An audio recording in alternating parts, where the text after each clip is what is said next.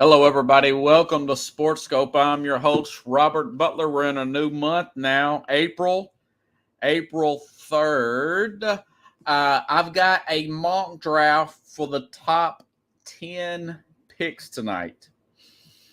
I know I'm out of Nashville. I know you Titans fans are curious about what I'm going to pick for 11. I'll give you that tomorrow. Wednesday, Keith Engel, TGI Sports, will be on the program. Keith Engel, love Keith. He's great. Going to ask him about, there's a story with Bill Belichick. I'll probably go over tomorrow. And Pro Football Focus. Want to ask him about that. May touch on the tournament and everything between now and then. But Keith will be on 8:30 Eastern, halfway through the show on Wednesday. Okay, wanted to make that announcement. But tonight, again, I've got a mock draft, first 10. My first 10 in the mock. I'll give you the second 10 tomorrow. And then Wednesday, the 3rd. And then we'll round out the first round. Why did I hold off? Because of free agency. I'm just giving you an educated guess. Also, going to talk about the Women's National Championship game. This National Championship game drew 9.9 million people. Unbelievable, yes. Going to talk about that. The Tennessee Titans. I will speak on that. There have been multiple reports that they're considered moving up to the 3 pick in the NFL draft. We will take our one and only break, and I'll be back here on Sports Scope. We'll hit the ground running in 49 seconds. Hello, Sports Scope followers. The program has seen tremendous growth since going 5 days a week. I just wanted to thank everybody for your cash contributions and sharing the program with friends and families. Just a reminder, if you want to contribute to the program, go to the Cash App, the cash sign, and Sports Scope. There are other ways to contribute to the program listed at the bottom of the screen. If you want to advertise on the program, go to sports, that is sports with an S, another S, scope, SKOPE, at gmail.com, just like it's listed at the bottom of the screen. Thank you and enjoy the program. All righty then. Okay, so there's been a big buzz. I'm not a women's college basketball fan by no means. But when there's a big story here and a Bruins story about the women's college game, I'll jump on it every now and then if I get enough information to make a valid point.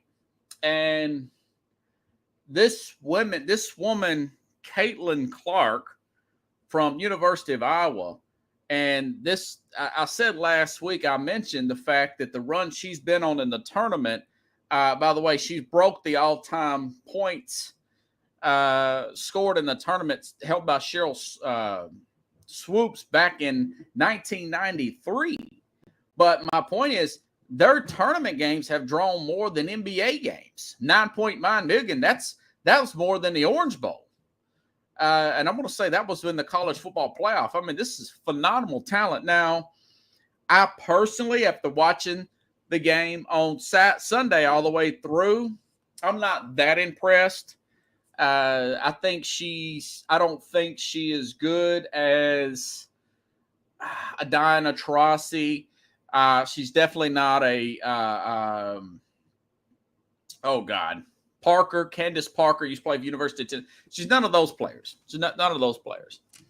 But so a lot came out about this. Okay, the media is going on, social media is going on and on about the way this game ended between Caitlin Clark and the 6'3" player from LSU, Angel Reese. A lot come out about the this Clark. She does this thing, and I think John's seen. I think it's a wrestler or something where I can't see you, whatever. Puts the hands over her face, doing gestures. She was doing gestures. She won. They had a big game beat. I think South Carolina was a 1 seed, favored. Dawn Staley had some stuff to say about it. This girl from Iowa, scored 40-something points. Long story short, Iowa moves on Friday night. Staley puts out a statement. The coach for South Carolina, I'm going to play that. And then we'll talk about this little fiasco between Reese and Clark. And after I slept on it, I swear, Pickles, I had such a flashback to my childhood. And this is a lot to go into. But I will play first and foremost, I will play what the coach said. This is Dawn Staley. This is the coach from South Carolina, said after the game, after they lost to Iowa, and I will decipher what she said here. We're not bar fighters. We're not thugs. She says that the media describes her team as bar fighters and stuff. Okay. We're not bar fighters. We're not thugs. We're not monkeys. We're not street fighters. This team exemplifies how you need to approach basketball on the court and off the court. And I do think that that's sometimes brought into the game. And it hurts. Okay. And I do think that some of I'm gonna say it because I said I was gonna say it, whether we lost or whether we won. I doubt if she would have said it. Some of the people in the media, when you're gathering in public, you're saying things about our team, and you're being heard, and it's being brought back to me. Okay. So Jason Whitlock, a truth sayer, he went back and looked up what was actually said. And Whitlock found out that the coach said before the game, or it might have been after the game, of Iowa. Whitlock puts this out. He said, did anyone call them thugs? Here's what Iowa's coach said. I mean, they're amazing offensive rebounding team. Somebody kind of just described it to me as they're going to a bar fight when you go to rebound against them. They're just so good. They're so tall, like you say, especially with Carso, who is off the bench at 6'7". So she totally exaggerated that. Pickle says maybe the 89 Pistons. I would say that as a compliment. That's a compliment. Now, I will explain to you where all this anger is coming from here in just a minute. So that was Friday. So this Caitlin Clark, she has like 40 points. So they win Friday. Now let's fast forward to Sunday. All right. Now, Sunday's game. Boy, I'm trying to do 2 or 3 things at once. Okay, so Sunday's game, Iowa or LSU wins. They win going on at 17-point win, wire to wire. They were the better team, probably better coached. Coach gets her 4th national championship, yada, yada, yada. But this is not this Angel Reese, their star player for LSU. I think she gets like the MVP or whatever. And she does this gesture back at Clark, the star player. Now, mind you, Reese is she's a black lady, young woman, 20 years old. She did this thing back to Clark, but she also said, you can read her lips, she said, ho. Now, mind you, in the heat of a game, somebody's played basketball, very competitive. I've gotten beat before. When I'm down, I'm playing the high school scrimmages with the varsity, junior varsity. I have uttered an MF, and that's called in the heat of competition. But she was taunting that she went beyond that.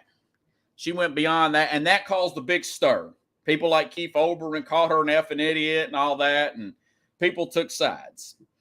But let me tell you, somebody who, for those of you who are new to this program, that don't know me, I was born, you see this city, Nashville, behind me, okay? I was born in that area, those projects, and lived in those behind that stadium. I went to inner city schools. I was one of the only white kids. You said, why are you saying this stuff? Well, I'm saying this to explain this, okay? It is a unwritten rule. These are my black. Corey, if you're watching, you know I'm telling the truth. Scott, my friend Scott, that I met in East Nashville, that I knows me when I from 9 to about 14, something like that. He knows this is true. He saw me play basketball in our neighborhood. Scott's black guy, Corey's black. Okay. Anywho, this is what my friends who are black told me from somebody. I spent most of my early childhood all the way up to 12, 13, inner city schools, only white kid neighborhood. It is offensive for black people to lose to white people in basketball. This is what they tell me. For crying out loud, there was a movie made in 1992 called White Man Can't Jump. And you know why that was so successful? Because a lot of that was true. Okay. The Woody Harrelson and Wesley Snipes. Now, you're not allowed to say this on corporate media, but you're going to say it here on Sports Go. We keep it real here, okay? Talk 100% authentic. Authentic. Dawn Staley, that coach, she's a black lady. She did not want her, even Dawn Staley, she didn't want her friends back home, and she's going to hear it, in private, but my friends tell me this in private, to say, you let that white girl beat you. That's what that's what this was said in private. She won't admit it. Now, going to Angela Reese. Angela Reese, the player here. This is what she said after the game, the LSU player. Let's see if I can find Angela's quote. Year, I was critiqued about who I was. The narrative, I don't fit the narrative. I don't fit in the box that y'all want me to be in. I'm too hood. I'm too ghetto. Y'all told me that all year. But when other people do it, y'all don't say nothing. So this. Now, that's code for I cannot let my girlfriend, Angela, reminds me of my friend Ariana I work with. She's 23. This girl's 20. This girl's 6'3". Ariana I work with. That's code for I can't tell my girlfriends back home that I lost this 5'11" white chick. I can't tell them that. And plus, this chick is getting all the ink. I can't tell them that. This girl, I would probably, and by the way, she's very attractive. She let her emotions get the best of her. Now, she shouldn't have called her a hoe. She didn't say it, but you can read her lips. That's what she said. Now, of course, Shannon Sharpe, he has to take it to this other level, but I can tell you what Shannon would say in private with his friends. But this is Shannon Sharpe today on him and Skip. 48 hours ago, when Caitlin Clark did this, John Cena, it was considered swag. 48 hours later, Angel Reese does the exact same gesture. It's classless. Keith Overman got ticked off because she said the word hoe. She said it out of her mouth. How many times I've been called pump bleep white boy when I got the best of guys on the court? I took it as a badge of honor because that means I'm getting good because it's an unwritten rule. White people aren't supposed to beat black people in basketball. That's the hood.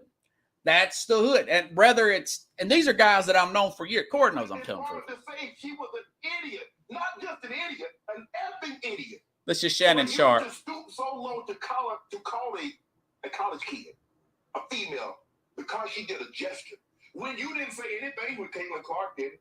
It's funny how America, society sees black and white. White person does the exact same gesture. Skip, you know one of the greatest talkers in NBA history, you covered the guy, was Larry Bird. He was never criticized. One of the greatest. A lot of people criticize Bird. That's a lie. He was never criticized. I criticize River. Corey, you know I criticize River to you at work 15 years ago. I said he talks way too much trash. I dump him on his head. So that's a lie. You remember 48 hours earlier, Dawn Staley foretold of this. Many chalked it up as being sour grapes because she had lost. Listen, he's obviously lying there. Okay, But that's corporate TV for you. I took it as, listen, Angie Reese, first of all, you got the champion. She did this, and then she did the toning. She got the championship. She can go back home and said, yeah, that white girl, I took her to school. Okay? She's going to tell her friends that, and that's fine. That is fine. If I was the coach, I would say you probably should apologize for the whole thing. Maybe they did. But growing up, when I learned how to play basketball, and I got good, and I got, when I was called names by the black guys on the court, like the rapper Mano said, when they're hating on you, then you know you're doing something. Some other black guy would pull him inside and say, man, were you out there balling, white boy? And I thought, dang, appreciate it, man. When they call me a name like that, that means I'm balling. Scott, if you're watching, you remember. Zophie Street, 1991, 92. I can't remember exactly what year. When I'm getting the best of Lorenzo and his two older friends, black guys are watching. We're playing a backyard game. I felt so bad about winning. I'm like, they're going to hound you to no end if I win this game. And that was when that movie was out and it was hot. It's funny, okay? If you hadn't seen White Man Can't Jump, there's a lot of truth. That's why it's funny. That's why it's funny. If you haven't seen it and it's still true 30 years later, Now, you say, well, what about and Bruce Feldman said Sunday's LSU women's game drew a 9.9 million people, more than the Sugar Bowl. A lot of people watch that. Now, if I'm Caitlin Clark, this 5'11", 100-0 white chick, she broke the record for the point score. I think it was a little bit of pace of game. She reminds me kind of a Steph Curry. This girl, Caitlin Clark, followed Steph Curry growing up, I think, because she's shooting 30-footers out there, Corey. And she ran out of talent, Pickles. She ran out of talent, and those 30-footers stopped dropping. And these girls for LSU that got the ball went back down the court, won a championship, But going back to Clark, if I'm Clark, I'm saying, okay, we're from Iowa. Okay, I think we have one black person. Not only is she white, she's pale white. Okay, she can't even pass for Hispanic. She don't get dark as me. This girl, she's Elizabeth. Elizabeth Warren, the lady that said she was an Indian. She had like less Indian than people in Eastern Europe. I digress. She's pale white, but she's a good baller. She could pass for Steve Young's daughter. Okay. But if I'm her, I'm waking up this morning and I'm thinking to myself, if I struck that kind of nerve in 6'3" Angie Reese's psyche, I'm doing something. When I got approval from the black kids in the hood, especially the older ones, I would tell my dad, I said, my game's getting better, man. And then my parents were split up. My dad married and moved out to West Nashville, Bellevue somewhere, and I lived down in East Nashville. Those of you not from here, parts of East Nashville is very ghetto. Parts of it is very hood, ghetto, like that girl Reese said. And when I got my skill set up good, playing the guys in there, I love basketball. Remember that commercial? I love this game. And then when I'd go play with the upper middle class white kids, man, I'm like Jordan out there, sticking my tongue out because I was used to playing with the guy. And once I earned their respect, Scott knows. Scott, I didn't make it. I mean, the time I got to be 14, I realized I was still 5'8". I got up. I'm not 6'3". I'm not going to be 6'3", but I'm holding my head high if I'm Caitlin Clark. Because if they're hating on me, then if I got the coach hating on me, I got this chick who won the game, calls me when I was called White Beep That's usually when I'm hitting them from everywhere. That white boy's good. So I think to myself, well, white boy been putting in some work, man. You know? So, and I appreciate my friends doing it. You know, rap music, spirituality, church, and basketball is what's drawn me to a lot of my black friends growing up. And I prefer to hang out with Angie Reese than Caitlin Clark, even though I'm sure Caitlin Clark's a nice girl, nice woman, young woman. And but it's an unwritten rule. You cannot, it's two things. This is my black friends have told me in private. You cannot lose to a quote unquote white boy in basketball if you're, young, and you really shouldn't vote for Trump. You can't do none of that stuff. You can't if you're black in the hood. That's what I've been told in private. The guys have put their guard down around me and told me that. So this was a few years ago. Speaking of the whole black and white thing. Daryl Tice, God rest his soul. I used to go to Bible study, black guy, about 55 years old, big guy, huge sports fan, big Steelers lover. If Daryl was alive today, he just died a few months ago, had diabetes. That's a long story. If Daryl was alive today, I would have him on the program. He's funny. He's a good storyteller. He's big, gregarious guy. And we started going to the same Bible study in 2013. And we got to hanging out. And he would wear a jersey in there, But this was on a Saturday. It was casual dress. It wasn't Sunday. Going to a men's Bible study. And we got to be good friends. I made him laugh. He made me laugh. We talked about Steeler games. And I told him my favorite Steeler moment was when they won the Super Bowl over the Seattle Seahawks. And then he started talking about Ben Roethlisberger. And I think I told you this before, Corey. So Daryl he said, man, when I first saw Ben Roethlisberger, I said, dang, that white boy can play. And he's talking to me just like I'm not white. And I thought, I said, man, I'll tell you, man. I said, the first time I seen him play was that Dallas game, his rookie year, Pickles. And I said, Roethlisberger looked like he had been there 10 years. He totally took Tommy Maddox's job right there on the spot. And the rest is history. They go to the AFC Championship game his rookie year. Then the second year, they win the Super Bowl, But back to this, it's an unwritten rule. And that's a hood thing. That's a hood thing. Maybe not in these upper middle class. But here's some stats. White Man Can't Jump. It's so popular. Comedies don't usually make that much money. I found this off Google, guys. White Man Can't Jump grossed $14 million in 1,923 theaters in its opening weekend, a gross of $76 million overall, $90 million worldwide. It was the 16th highest grossing movie of 1992. Now, that was in 92. That doesn't count the rentals and rewatching White Man Can't Jump on TV. White Man Can't Jump is up there with me, with Friday, with Forrest Gump. One of my favorite movies of the 90s. And I guess because I was playing, I had dreams then. I had dreams like the Woody Harrelson character.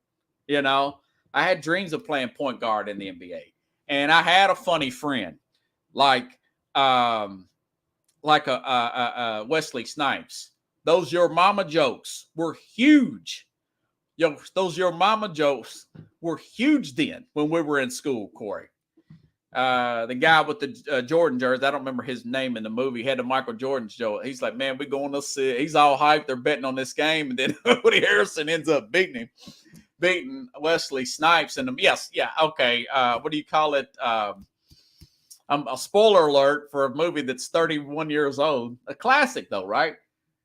So, the guy in the black guy in the jersey, in the Jordan jersey, the shorter guy, he said he's sitting there burning. He's like, your mom was kicking a can down. Your mom was so poor she's kicking a can down the street. I said, what are you doing? She said, moving. So that's a lot of the basketball stuff. And then the nerdy white guy, He hustles them, then he gets hustled, then he's got a gambling problem. Had Rosie Perez in it, young Rosie Perez. Great movie. If you get a chance, watch it. It never gets old. It's funny as all get out. And why? Why? Because a lot of it's true even to this day. Even to this day. So only thing I would say, if I'm Angie, if I'm Miss Clark, keep your head up. If I'm Angie Reese, just say, take back the whole part. But like I said, in the heat of a basketball game, when you're really trying to win, I've threw some MF bombs at people for bad calls, or they just beat me. Guys are just getting the best of me. I said MF under my breath. I said MF out loud. You know, and I get a little crazy, but that's it. Competition at its extreme. So that's why I forgive her for saying the whole stuff. She was she's like, I can't let this, I can't go back home and say this chick beat me. I'm never going to hear the end of it. So that's my whole. Barbershop is another one. But White Man Can't Jump, it had good music. It had good tempo. It was funny. It was true. Shaq even got ticked off at Keith Olbermann. He says, my daughter may go to LSU. I got into father mode. You call my daughter an idiot. It ain't going to be no talking. So I told him, shut your old bleep up. That's Shaq against Keith Olbermann. Keith Olbermann's not from the hood. He don't know. He don't know those unwritten rules. I didn't take it personal. Matter of fact, the more they got mad at me, the more I realized that, hey, I'm balling out here. And then, I met a lot of good friends on the basketball court. I'd prefer to play outdoor ball. So it's all good. Switching gears, that is all I have to say about that. Chad says, preach it, brother. Thank you, Chad. Pickle says Big Ben fit right in. Yeah, I love Big Ben. I mean, he had his problems too. Nobody's perfect, guys. Okay, but hey, you put 2 rings on your hand. I mean, it is what it is. Okay, next topic. I had to do 30 minutes on the championship game because you're not going to get this from corporate media. That's the difference between me and them. I tell you like it is, and it's 6 with you. I think Skip Bayless says, well, it looked like she said a bad word to her. And I'm like, come on, Skip, we know what she said. You don't have to be a professional rep leader to know that. But that's the difference between me and them. That's another rap song. What's the difference between me and you? About 5 bank accounts, 3 ounces of 2 vehicles, right? I digress. Okay, so now there's been a report all week that, let me see. Okay, that the Tennessee Titans, I want to say the Tennessee Titans may trade up 3 to the 3rd spot. Okay, and I want to make sure I got this right here. Switching gears here. A lot of people's been asking me about this, guys. NFL Network's Daniel Jeremiah explained on his Move the Sticks podcast that the Titans and the Raiders could be among the teams in the running to land it. Can I give you a team that I would have told you to keep an eye on that, exploring this and looking into this? Jeremiah said, trading with the Cardinals to acquire the 3 pick. Again, this is just what people around the league who said, do not sleep on Tennessee at number 11. The 2 teams keep an eye on to the Raiders. It would make a little bit more sense for the Raiders. The Titans, on the other hand, Titans got 6 draft picks, folks. And like I said last week, and the player to be named is Anthony Richardson. Anthony Richardson out of Florida.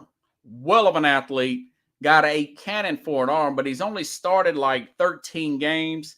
He's got a 53% completion percentage. He's very comparable to Malik Willis. He's a better prospect than Willis. I can tell you that because everybody's been talking about Anthony Richardson.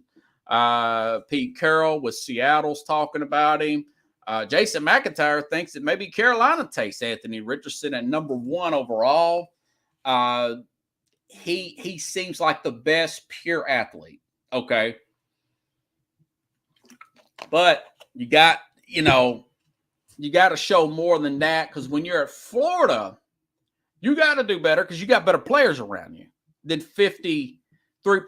Now, if you're at, Wyoming, like Josh Allen was, that's different. You're playing with a lesser group of players. So, again, they've got 6 picks. So, essentially, they would have to send a third this year and multiple future first-round picks. Now, remember, Rand Carthon, our new general manager here in Nashville, he comes from the 49ers, who made this trade back in 21 to get Trey Lance, who still really has not worked out. This is that pick, Pickles. The 49ers will send the 12th pick in this year's draft, the first-round pick in 2022, and this year, and 2023, and the third-round pick in 2022, which was last year. That's a king's ransom for a player that didn't even beat out their 7th-round pick. Keep that in mind. So Rand Carthon is aware of that. He was not the guy. John Lynch was general manager. He's the one that made that call, folks. So, I can't see this transpiring. Would you really want to do that? And like John from Spitball and Sports, if you're watching, said last week, with that little bit of starting, that little bit of games, he says that sounds like Mitch Trubisky, the former North Carolina quarterback that the Bears traded up for some years ago, who only had 1 year, had a great workout, air quotes. This guy's a better prospect than Trubisky, but I'm just telling you what happened. Trubisky went, I think, number 2, right? Went number 2 overall, was a total bust with the Bears. So no way. I think possibly this is a smoke signal, because the Titans know that the Colts need a quarterback. Maybe they're going to buck the Colts into moving up for 2 reasons. Number 1, you can make the Colts use more draft capital. Number 2, you take that quarterback off the board earlier. And then you're pushing that talent. Pickles, we talked about this before on the program. You're pushing that other talent down the track for people who's not wanting to take a quarterback this year. Will Anderson is arguably the best overall prospect in this draft. That's a defensive end from Alabama, with Jalen Carter, which we know he's got his issues with the maturity issues. He was out of shape on his pro day. Plus, he had the speeding accident and all that, the drag racing and everything. Jalen Carter is very much comparable. Jalen Carter went to school with Warren Sapp's high school. And ironically, Warren Sapp had the same problems, marijuana and stuff related, coming out of high school. By the way, the new CBA signed with the NBA. I'll get to that tomorrow. Just got caught up in this story today. All right. Now, so this seems like if the Titans do it, you better bleep and sure hope that this is a home run, whether it be Will Levis, Anthony Richardson, or whoever. I don't think they'll do it. Again, they've only got 6 picks. They'd have to give up 2 of them. They would have 4 picks left. They need help at tackle. They need help at wide receiver. They can use another cornerback. I've talked about this with Kareem, smart guy, the other day on the program. So I just don't buy that, guys. I really don't. But I'll tell you what. And by the way, Bijan Robinson's also, the running back from Texas, is also considered one of the top overall. By far, he's the best running back prospect in the draft. Look for something to happen with him. Okay. So anyways, so this I was going to do a mock draft anyways. I wanted to give you that before I did the mock draft. Okay. Here's my 10.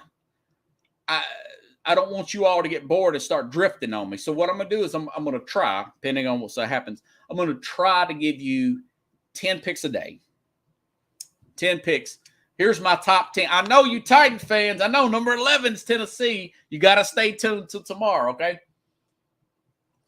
Let me get another sip of water. It's hot in here, guys. Okay, now, mock draft. CJ Stroud. The Panthers sent 14 representatives, including the owner of the team himself, up to Ohio State's pro day to see CJ Stroud. Stroud looks the part, very high completion percentage, got his fair share of starts at Ohio State. Ohio State typically has not put out great quarterbacks yet. Now, Fields looks decent. Fields looks decent with the Bears. But historically, they have not put out good quarterbacks. But we all saw what he did in the Georgia game, okay? We saw what he did in the Georgia game. The comparisons were when in the bowl game, when Justin Herbert, the comparisons was when Justin Herbert balled out the way he did in the bowl, was it the Rose Bowl, I think, for Oregon in his Rose Bowl. I was already totally sold against on Herbert. Herbert could be a star. Herbert could be a star. This could be CJ Stroud. He's not quite as accurate as Bryce Young, but he's close enough. But Bryce Young is 5'10" and 192 pickles. You know, he's 5'10", 192. So I think with Frank Wright, I think this is going to be a really good fit here. They're going to have to get in some weapons. They've traded away 2 of their weapons. They traded away their running back to the Niners, what they should. It was overpaying him. Whatchamacallit, Pickles. They're Christian McCaffrey. Then they traded away their leading receiver, but he was those were big cap hits. They traded him over to the Bears as part of this deal to get up here. That being said, Wright's a good coach. Wright's a good coach. Okay, so I think Stroud from Ohio State's going to go number 1. Could be wrong. I doubt it. As I said before, I think Houston's going to go with more of a pro-style quarterback because it's a defensive-minded head coach in DeMeco Ryans. We've talked about that before. Again, they're going to have a good running game. They're going to lean into that running game. DeMeco Ryans coming from the 49ers system. He brought one of the assistants over for the 49ers with Pierce, that running back there. They're going to get that zone block and running scheme. They're going to run that rock, folks. And they're going to draft Bryce Young, I think, out of Alabama. And they're going to try to keep him from out of harm's way the best they can. If it don't work out, they'll go out and try it again. So I do think, this team beat Tennessee last year. They pushed Kansas City to overtime. They were getting better. Watch how a team plays the last few games. They're getting better. And maybe Young don't start day 1. But I think they take Bryce Young, the small but accurate 5'11", 192 quarterback out of Alabama. Okay? Now, as of right now, I think, I could be wrong, I think Arizona, I think these are all smoke screens. I think Arizona stays at 3. Could be wrong. Could be. Been wrong before. I think they keep this pick, Pickles. I think Arizona, I just mentioned this guy, they take Will Anderson out of Alabama. I think they need an edge rusher. For one thing, J.J. Watt's retired. Chandler Jones, the year before that, moved on to the Raiders. They've got their quarterback. Not unless they get a ransom. This might happen. It may happen. But had nothing happened yet, and we are 3 weeks Friday from the draft, folks. Or Thursday, from round 1. So I think they take Will Anderson out of Alabama, Pickles. So Arizona takes Will Anderson out of Alabama. Now, number 4, I've said this before. Number 4, the Colts have Shane Steichen, the former offensive coordinator at number 4, has a background dealing with Jalen Hurts.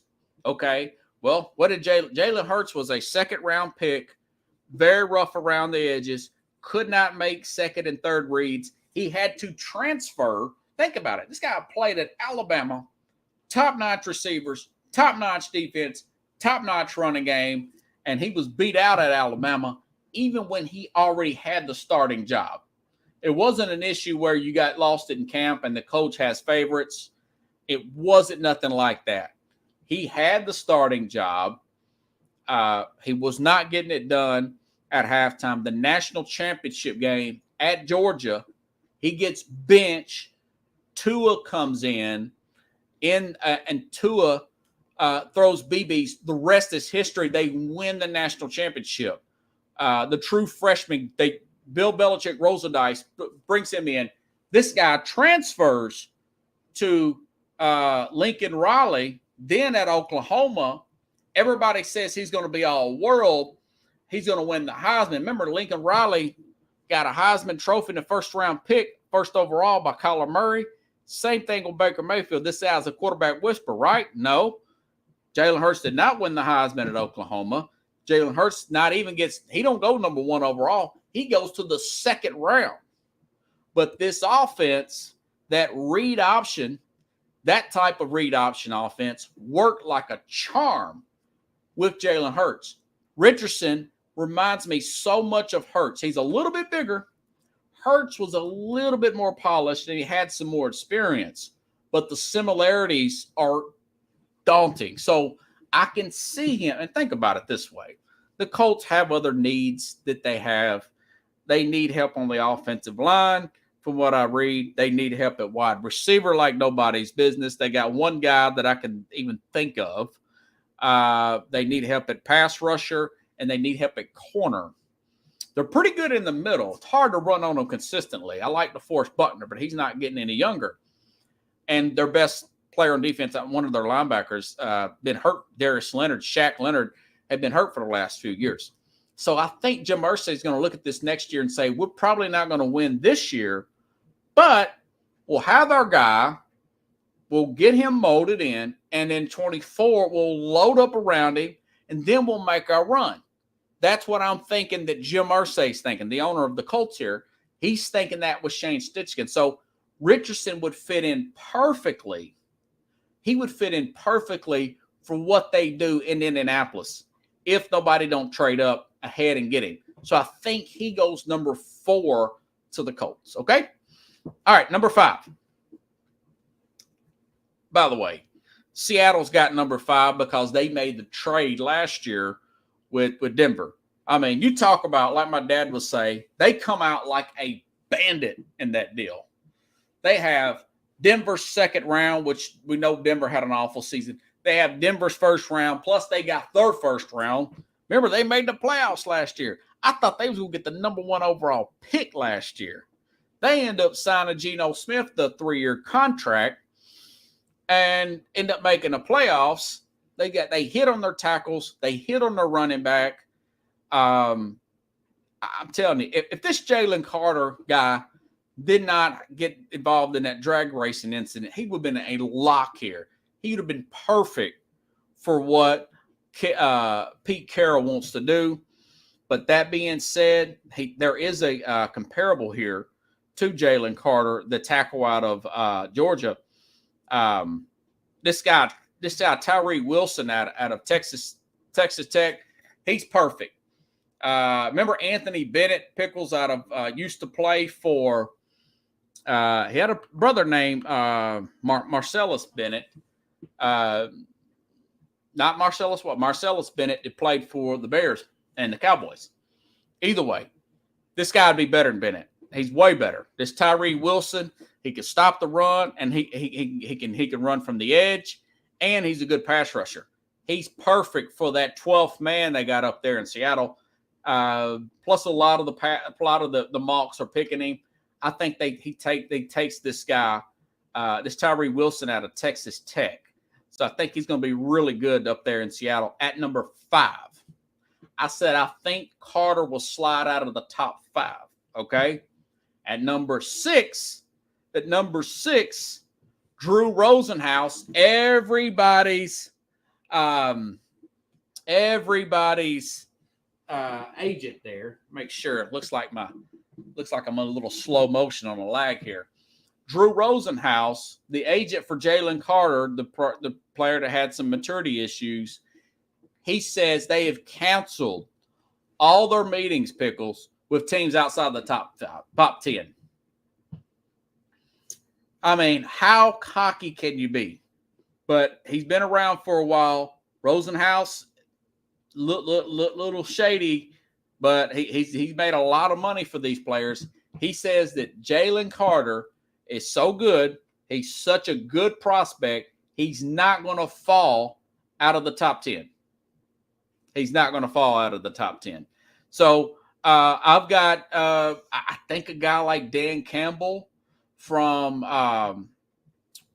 Detroit, the head coach there. I think Carter goes 6 to Detroit. They need a Pickle says agents lie for a living. They need a guy like, can you imagine Jalen Carter in the middle, Pickles? This is why I think this team's probably going to win the North next year. You put Jalen Carter in the middle. You put Anthony, what's his name, Hutchinson, who's turned out to be a great player, the edge rusher from Michigan, who was right there for Defensive Rookie of the Year. Sauce Gardner won it. He was right there for Rookie of the Year, okay? And you put him on the outside, plus you look at all the cornerbacks that they sign in free agency, Chauncey Gardner-Johnson. This is going to be a good football team next year. I'm telling you. Detroit, they may mess around and be a dark horse. Yeah, I said it. They may be a dark horse Super Bowl team. So you put Jalen Carter there. So I think they take him at 6, Pickles. Take Jalen Carter at 6. Okay, the Raiders. Now, again, the Raiders picked 7. The Raiders were the other team that was talked about in this report. I think the Raiders inquired about the draft pick because of Jimmy Garoppolo's injury history, but they still owe him money for 3 years. I can't believe they signed him this much money. Maybe because he's, they knew that he could pick up. He's a chick magnet, and maybe he can help the coach and staff. I don't know. Either way, Jimmy Garoppolo is signed for 3 years. I do not think, I could be wrong. This one I could be wrong, but I do not think that the Raiders will sign. I don't think they're going to draft the quarterback. Not here. I think they'll take a Hendon Hooker out of Tennessee, Pickles, in a second round. Okay, maybe they trade back in the first round and take a hint. By the way, he's getting a lot of ink. Okay, maybe they take Duggan out of TCU, one of those players. Maybe Bennett from Georgia. Maybe they take him in the 7th round. So I don't think it goes here. So the Raiders here, I think they're going to take this guy, this cornerback I keep hearing about, Christian Gonzalez out of Oregon. I hear he's really good. They get thrown on like nobody's business. I thought they was going to take a tackle at first, but I realized they're pretty comfortable with this Colton Miller guy, their left tackle for the Raiders. So I think they're going to be okay there. Plus, you're going against Justin Herbert and Patrick freaking Mahomes twice a year, not to mention a coached-up Russell Wilson twice a year, Jerry Jeudy, Aiden Hutchinson. Yeah, Pickle says Aiden Hutchinson. That was a guy I was trying to think of, the edge rusher there from the Detroit Lions. But anyways, so the Raiders, I think they take this cornerback by the way, deep cornerback draft, very talented cornerback draft. This guy, Christian Gonzalez, and the corner I'm going to talk about here in a few minutes out of Illinois, these guys are really, really highly rated coming out of college. So I think the Raiders at 7 take him. Okay? Alrighty then. The other guy would have been Devin Witherspoon, the corner from Illinois. Keep that name in mind. Okay. Now the Bears. The Falcons. A lot of people have been asking about the Falcons. Are they going to go after Lamar Jackson? Are they going to trade up? Well, they drafted Desmond Ridder last year. He played a few games. I was not impressed with Desmond Ridder at all. He looked good at Cincinnati. He had a really good workout. I didn't like anything he did with Atlanta. That being said, they signed Washington Commanders Taylor Heineke in the offseason. So they got 2 quarterbacks on contract here. I can't imagine, not unless the team is in love with Will Levis and maybe Arthur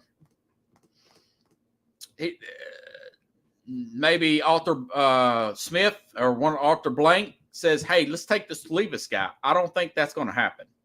Okay. I think this other corner is going to go off. They need defense over. They need linebacker. They need cornerback. And they just signed Calais Campbell. I know he's like 34 years old. They signed him to help out a defensive tackle. They've got a lot of offensive pieces. I think they take that other corner I was just telling you about. Devin Witherspoon, cornerback, Illinois, at number 8. Number 9. This is where the Bears are at now. The Bears traded down, okay? I was for sure. Once Orlando Brown, the left tackle from Kansas City, went to be a free agent, the Bears, Justin Fields, think about Justin Fields, a big guy, well of an athlete. Sacked 40, I looked this up, Pickles. Justin Fields was sacked 40 times last year. They need help on the offensive line. Yes, they can't stop the run. Jalen Carter would have been a good fit here too. But my guess is they probably take the local guy there, Pickles. Peter Skoworski, offensive tackle out of Northwestern at 9. I think that'd be a perfect fit. Chicago guy, really smart, graded high. If they don't take him, I think they'll take Paris Johnson out of Ohio State. But I think they're going to keep the local guy there. I think he's going to be – this is going to be like an Aiden Hutchinson type of move, Pickles. Okay? All right. The Eagles. Now, the Eagles, this is part of a trade that the Eagles made. And I was talking about this to Philly sports guy, Jamie Pags. Good guy. Jamie comes on. Every time I ask Jamie to come on the program, he comes on the program. You know, he's a good dude, man. He's a little wild sometimes. He's a big homer, but he's a good guy, you know? So I'm trying to find this thing here. What did I put down for the Eagles? Okay, because I put a whole write-up for the Eagles. All right, now, the Eagles are set at offensive tackle. This is supposed to be an offensive tackle, pretty heavy draft. Paris Johnson would be on the board. Darrell Wright from Tennessee, Pickles. The left tackle, he's rated pretty high at University of Tennessee. I thought about maybe one of those corners, but they re-signed both of their corners. James Bradbury for a few years, and they got Slay for 3 more years, even though Slay's 32. They could use a corner, but I don't know if those other corners are as high as the 2 I just named. Witherspoon out of Illinois and Gonzalez out of Oregon. That being said, they also lost Miles Sanders. Miles Sanders signed elsewhere, and they brought in Rashard Penny, the often injured, but yes, he's good when he's healthy, player. I don't think they paid him that much because he come over from Seattle. And then they've got guys like Kenneth Gainwell, who don't get that many carries. And then Boston Scott, who's like the size of an ant. He's there when they play the Giants because he's always beats up on the Giants. I think that this Bijan Robertson guy, who is considered one of the better, not just a running back prospect, Pickles, one of the better overall prospects. They're set at defensive line.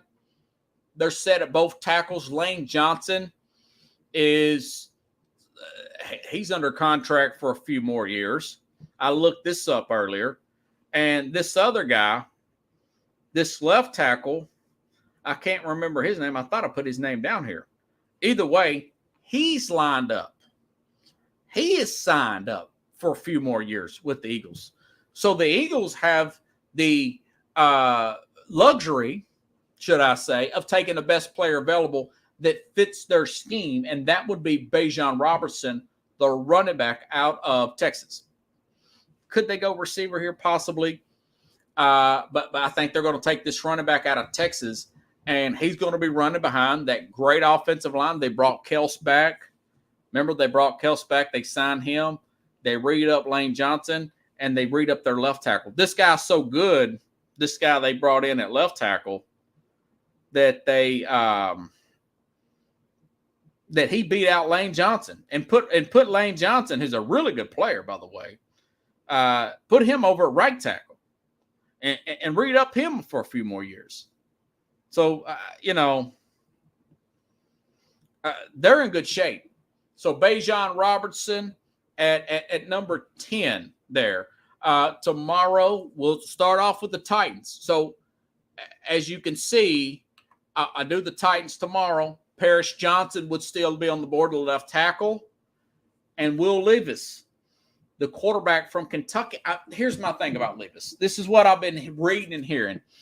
Over the past week or so, I've been hearing that Levis is putting a lot of pictures of him and workout, posing for the mirror. He's very boastful.